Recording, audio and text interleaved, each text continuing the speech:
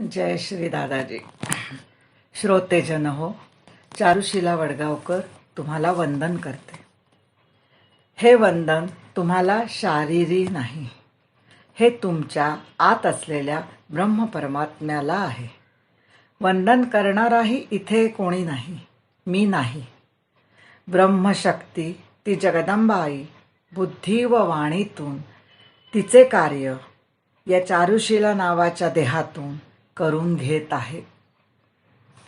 हे शिवशक्ती विवेचन आहे आणि हे शिवशक्ती विवेचन मी रुक्मिणी दिव्य दर्शन या मागच्या व्हिडिओत आले आहे. जय दादाजी. आपण म्हणतो तो साईबाबांचा भक्त आहे, रोज पोथी वाचतो. अमुक एक मारुतीचा भक्त आहे, तो शनिवारी तेल घालायला देवळात जातो, पण तो एरवी मारुतीचा चेहरा बघायला, मुखदर्शनाला, चरणदर्शनाला, मूर्तीची आठवण येते म्हणून देवळात धाव घेतो का, देवळात धावतो का, धावत जातो का, तर नाही.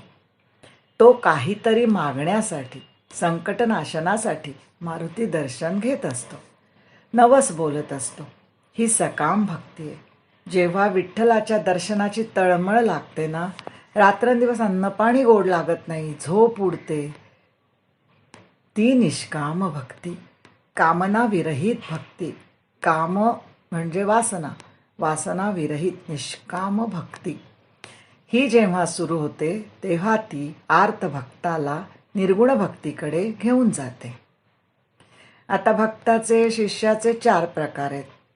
जिज्ञासू नाही, आर्त, अर्थार्थी, जिज्ञासू आणि ज्ञानी असे 4 प्रकार भक्ताचे आहेत.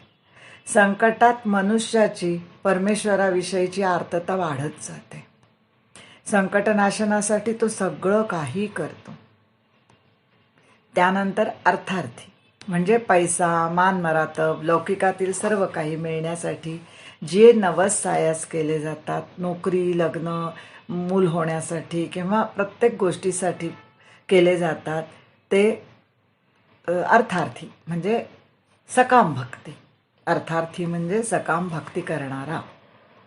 नंतर जिज्ञासू, हा भक्त म्हणजे परमेश्वराविषयी कुतूहल असणारा, की परमेश्वर कोण आहे, कसा आहे, मी कोण आहे, माझा त्याच्याशी काय संबंध आहे, माझा विश्वाशी काय संबंध आहे, परमेश्वराचा विश्वाशी काय संबंध आहे, हे कुतूहल ज्याला असते तो असं वाचायला लागतो. डॉक्टर राधाकृष्णनांचं साहित्य किंवा विवेकानंदांचं साहित्य, त्याला जे जे सुलभ पचनी पचेल त्याच्या बुद्धीला, त्याच्या त्या स्टेजला, त्याच्या त्या पायरीला, ते तो वाचत जातो. कुठेतरी जाऊन प्रवचन ऐकतो, कुठेतरी कीर्तनाला जाऊन बसतो, असा तो करत जातो. त्यापुढे ज्ञानी भक्त. आता ज्ञानी भक्त हा फार मोठा विषय आहे, तर ते पुढे येईलच. परमेश्वरावर निर्व्याज प्रेम करणारा, फक्त प्रेम आणि प्रेम, मुलासारखं, आईसारखं. म्हणजे त्या परमेश्वराला कसं पाहून रडू फुटतं, कधी धावत जाऊन त्याला बघतो असं होतं. त्याच्या भेटीची ओढ लागते, त्याला मिठी माराविषयी वाटते. ती निर्गुण प्रेमाची सुरुवात असते. म्हणजे त्यात काय असतं, काही नको, मला फक्त तोच परमेश्वर हवा असतो.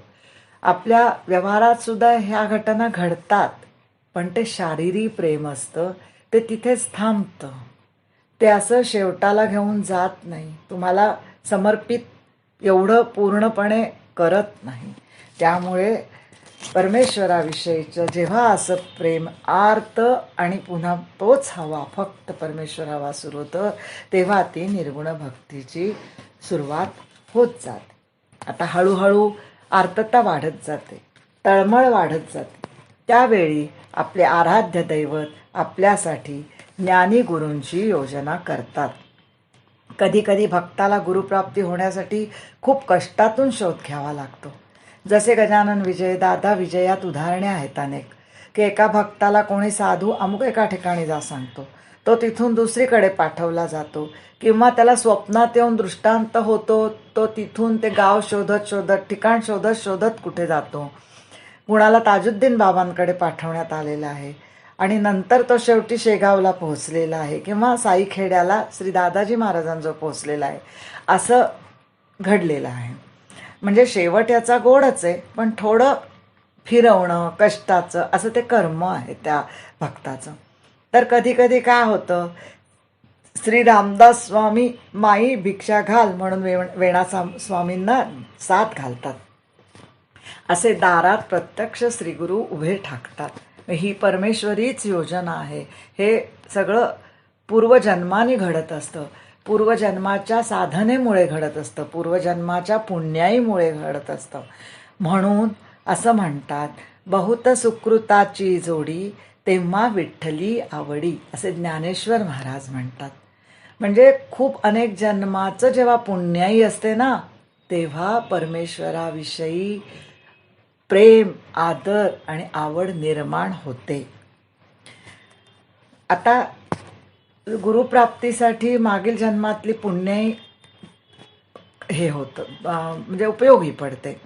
आणि इतकी अशी भक्ती वाढत जाते, म्हणजे ती अभिप्रेत आहे त्याच्यात, की आर्तता वाढत जाते, की दिवस रात्र विठ्ठल विठ्ठल असे होत राहते. आर्तता एवढी वाढते की दादाजी महाराजांची समाधी बघून रडू येतं. आरती पूजा करू शकत नाही, इतकं गदगदून तो माणूस जातो, हरवून जातो. त्यातून ज्ञानप्रकाशाने तेच सावरतात. ती आपलं दैवतच आपल्याला ज्ञानप्रकाश देऊन सावरतं. पण इथे प्राकृत व्यवहारी जगात प्राकृत माणूस कोणालाही गुरु समजतो. हा धोका आहे. गुरु ब्रह्मर्षी आत्मज्ञानी पाहिजे तर आपली प्रगती होते. सामान्य गुरु असेल तर त्याला काहीच कळत नसते. तो कोण आहे, काय करतो, विश्वाशी संबंध काय, त्यालाच उंची नसते. तर तो शिष्याला काय उंच करणार, काय उंची देणार? आपली आतून उंची वाढली पाहिजे ना. नुसते रात्रभर भजन पूजन करून किंवा जागून दिवसभर भंडारात वाढून राबून समूहात जे काही केले जाते त्याने काहीही घडत नाही. हां, ठीक आहे, तुम्ही सात्विक मार्गाला लागता, काहीतरी सात्विक, इतर काही तमोगुणी दारू पिणे किंवा नशा करणे किंवा भांडणं करणे यापेक्षा तुम्ही सात्विककडे जाता, सात्विकपणात वेळ घालवता, सात्विक भाव तुमचा थोडाफार वाढू लागतो. पण त्यांनी आध्यात्मिक प्रगती काहीही होत नाही, मनाची उंची काहीही वाढत नाही. ते जरूर करावे, पण त्यातूनही बाहेर आलं पाहिजे. फक्त काय होतं, मनाची उंची वाढतच नाही, कारण गुरु साधे असतात, त्यांनाच समजत नसतं, त्यांनाच उंची नसते हो. मग ते काय शिष्याची उंची वाढवणार? आणि त्यामुळे काय होतं काय, की मी मोठा भक्त हाच अहंकार वाढताना दिसतो. मोठेपणा मिळवण्यासाठी तो प्राकृत माणूस पण इथे धडपडताना दिसतो. हे म्हणजे काय आहे हे? भक्ती करायची आहे, परमेश्वराजवळ जायचंय, की इथेच मोठेपणा मिळवत बसायचं आहे? म्हणून गुरु खरा पाहिजे, ज्ञानी पाहिजे, आत्मज्ञानी पाहिजे. आता एक उदाहरण सांगते तुम्हाला. आता एक विद्यार्थी आहे आणि त्याला एखाद्याने गाईड केलं, म्हणजे त्याला सांगितलं की बाबा हे तू हा अभ्यास कर, अशा पद्धतीने प्रश्न लिही. ते जर का योग्य गायडन्स त्याला मिळाला असेल, योग्य मार्गदर्शन मिळालं असेल, तर तो उत्तम तो अभ्यास करील, कष्ट करील, त्याचा प्रश्न लिहील, त्याचा पेपर लिहील आणि त्याला उत्तम मार्क मिळतील. पण जर त्याला चुकीचं मार्गदर्शन झालं, चुकीच्या पद्धतीने त्या मुलांनी पेपर सोडवला किंवा चुकीच्या पद्धतीने प्रश्न लिहिले, तर त्याचे रात्रंदिवस केलेले कष्ट वाया जातील, त्याची मेहनत वाया जाईल, त्याचा वेळ फुकट जाईल आणि त्याला यश मिळणार नाही. असे इथे घडते. म्हणून सावध असणे अत्यंत जरूर आहे. मग गुरु खरा पाहिजे, ज्ञानी पाहिजे. हा धोका ओळखून बाहेर गुरुच्या नादी लागण्यापेक्षा आपली आराध्य दैवत जे आहेत ना, आपलं जे मुळात आराध्य दैवत आहे, आपण ज्याचं प्रेम करतो, ज्याची भक्ती आपली आहे आतमध्ये, त्याची आर्ततेनी तूच पाहिजे अशी भक्ती करा. ओतानं जे तुमच्यात आहे ते, तुमच्यात जे जे आहे ते सर्वस्वानी त्याला अर्पण करा. त्याच्यावर सर्वस्व ओता. आणि ते सर्वस्व ओतताना ते कसं आहे, जे तुमच्यात दैवी गुण आहेत ना, भगवानांनी गीतेत सांगितलेले दैवी गुण, आसुरी गुण, तर तुमच्यात जे जे काही आहे ना ते ते सगळे दैवी गुण, त्याच्यावर एक पूर्ण प्रवचन होऊ शकेल. या भक्तीवर सुद्धा एका भागात असं 5-10 मिनिटात बोलण्यासारखं नाही आहे. खूप आहे, खूप हे गहन आहे, खूप गूढ आहे. तेव्हा जर असं दैवी गुण जे असतील, म्हणजे क्षमा आहे, दया आहे, दान धर्म. आता दान धर्म म्हणजे भुकेल्या तहानलेल्याला खाऊ पिऊ घालणे. हे तर करू शकतो ना माणूस. ते तुमचं दैवत आहे असं समजून करा. तुमच्या दैवतच तिथे आलेलं आहे प्रत्यक्ष असं समजून हे सगळे तुमच्यातले दैवी गुण ओता, सगळं ओता आणि सर्वस्वानी त्याचं पूजा करा.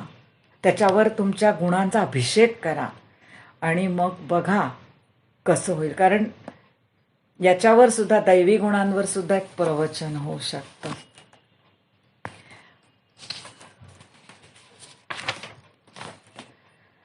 आता म्हणून हा धोका ओळखून आपल्याला प्रेम वाटते, जिव्हाळा वाटतो, तिथे आपण कुलदेवतेची, इष्टदेवतेची भक्ती करावी. आता आपण निर्गुणाची भक्ती करू शकत नाही. म्हणून आपल्या हृदयातील ब्रह्म म्हणजे आपण जे ब्रह्मरूप आहोत, ती आपली निर्गुण ब्रह्ममूर्ती सगुण रूपात प्राणप्रतिष्ठा करायची असते. म्हणजे काय, तर आपलीच मूर्ती आपण सगुण रूपात आपल्या पुढे मांडतो. आता बघा, मातीची गणपतीची मूर्ती आपण प्राणप्रतिष्ठा करून बसवतो ना, तसंच ह्या सगळ्या देवतांच्या मूर्ती ज्या मंदिरांमध्ये असतात, पाषाण मूर्ती, लाकडी मूर्ती, नंतर धातूच्या मूर्ती, त्यात देवीच्या मूर्ती असतात, राधाकृष्णाच्या मूर्ती असतात, विठ्ठल रुक्मिणीच्या असतात, शंकर पार्वतीच्या असतात. त्या सगळ्या प्राणप्रतिष्ठा केलेल्या मूर्ती असतात. सगळ्या देवळांमध्ये, सगळ्या आश्रमांमध्ये प्राणप्रतिष्ठा केली जाते. गणपतीची आपण घरात प्राणप्रतिष्ठा करतो. म्हणून आपल्या घरातल्या मनातल्या इष्टदेवतेवर प्राणापलीकडे प्रेम करा.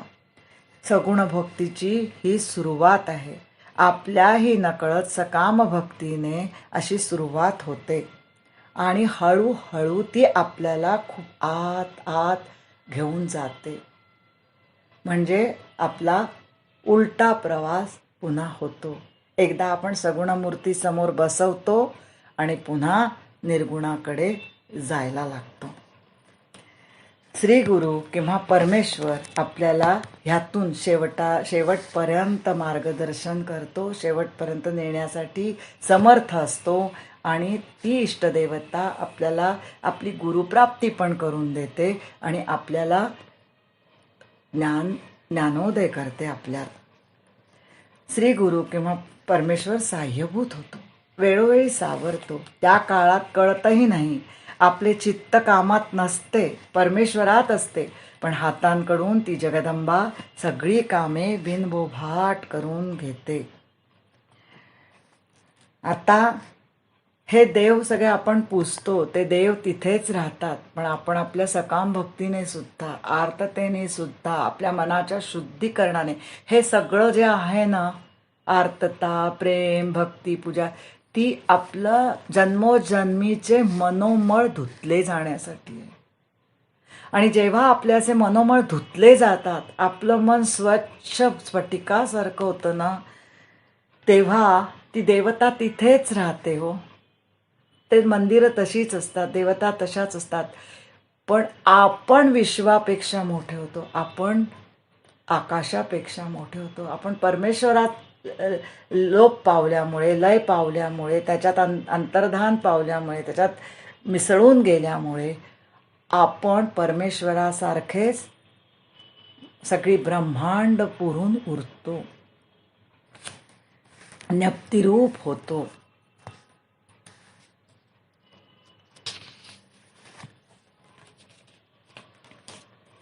म्हणून श्री गुरु अंतर्ज्ञानी आत्मज्ञानी पाहिजे. परमेश्वर आर्त सकाम जिज्ञासू ज्ञानी सर्व भक्तांवर सारखेच प्रेम करतो. तो जसा आहे तसाच आहे. श्री गुरु मार्ग दाखवतात. हातात कंदील घेऊन उभे असतात. वाटेवर प्रकाश टाकतात. आपण पुढे जात असतो. म्हणजे ते दाखवत असतात. त्याच्यात असं पण आहे, कैसे बोटाने दाखवू तुला रे गुरुच्या मुला, असा अभंग आहे. म्हणजे ते असं बोटाने दाखवू शकत नाही की हे ब्रह्म आहे, हे तू ब्रह्म, हे तू आहेस, हे ब्रह्म आहेस, असं ते दाखवू शकत नाही. ते ज्याचं त्याला अनुभवावं लागतं. म्हणून ते फक्त मार्गदर्शक कंदील दाखवत असतात आपल्याला. एक उदाहरण सांगते तुम्हाला. लहान बालक असतं. त्याच्या दुर्बलतेने एखादा खड्डा पार करायचा असला तरी ते रडतं व आईला हाका मारतं. त्याची आर्तता व असहाय्यता बघून धावून त्याला आई मदत करते. थोडे सशक्त मोठे झाल्यावर आई दमून आली तर पाणी पाजते. एखादे फूल शाळेतून आईसाठी प्रेमाने आणते. त्याचा आईला खुश करायचा प्रयत्न पाहून, ते प्रेम पाहून आईला आनंद होतो. त्या फुलाने आई खुश होत नाही, त्याचा भाव तिला ओढला होतो. प्रेम लहानग्यावरचे असते, तसेच थोड्या मोठ्यावरचे पण सारखेच असते. थोड्या मोठ्यावरचे फरक बालकात होतो. पुढे ते आणखी थोडे मोठे झाल्यावर चहा करून देऊ शकते, सरबत देते. एक काळ असा येतो की मोठा करता मुलगा आईकडून प्रेमाशिवाय कसलीच अपेक्षा करीत नाही, किंबहुना प्रेमाची देखील नाही. तो म्हणतो, आई तू काहीच करू नको, कशाला कष्ट घेतेस, मला नसले तरी चालेल, तू मजेत सुखात राहा. तोच आईसाठी झटत असतो. आईने थोडे जरी त्याच्यासाठी कष्ट घेतले तरी त्याचे डोळे भरून येतात. अगदी हीच अवस्था ज्ञानाची असते. त्याच्या निष्काम प्रेमाची व भक्तीची अशीच अवस्था असते. तो आईच झाला असतो ना. परमेश्वरासारखीच निरामय, निरासक्त व उदासीन अवस्था त्याची झालेली असते. परमेश्वराने त्याच्यासाठी छोटी जरी गोष्ट केली तरी त्याला दुःख होते. म्हणजे परमेश्वराच्या प्रेमात बदल असतो का, तर नसतो. तो सकाम भक्तावर व निष्काम भक्तावर आईसारखेच प्रेम करतो.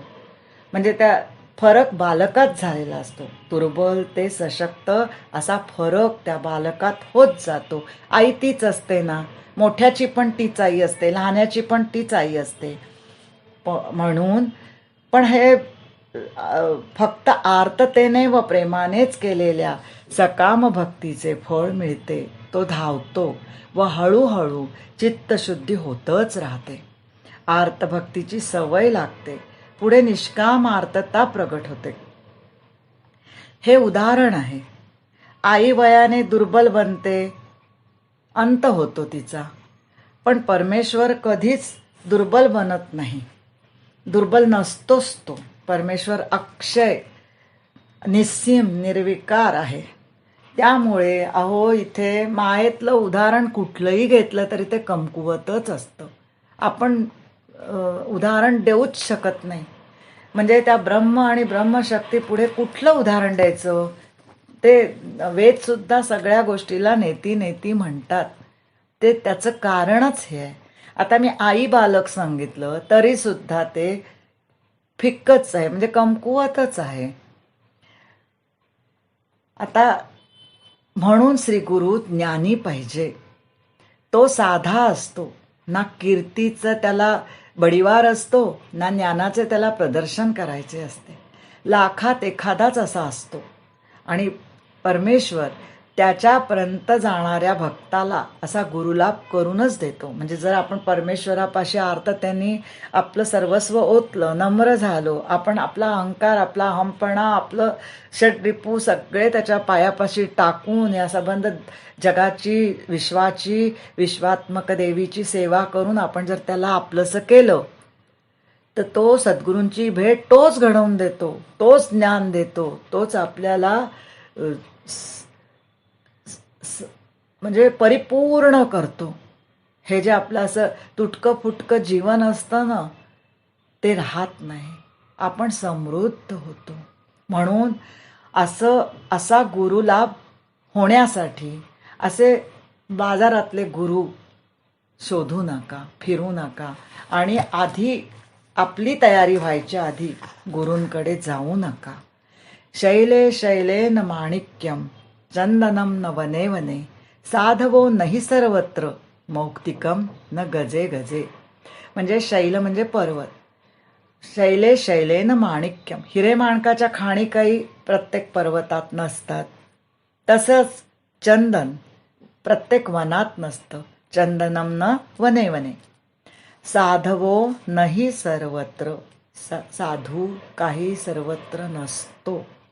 किती किती पूर्वी सांगितलेलं आहे बघा.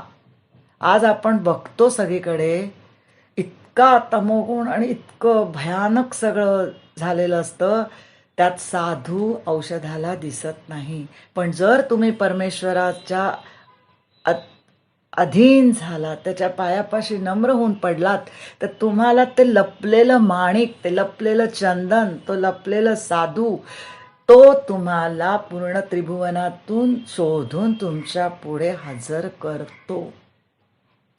आणि मौक्तिकम न गजे गजे, म्हणजे प्रत्येक हत्तीच्या गंडस्थळात मोती नसतो, असं संस्कृत वचन आहे. मुकुंदार्पणमस्तु, दादार्पणमस्तु.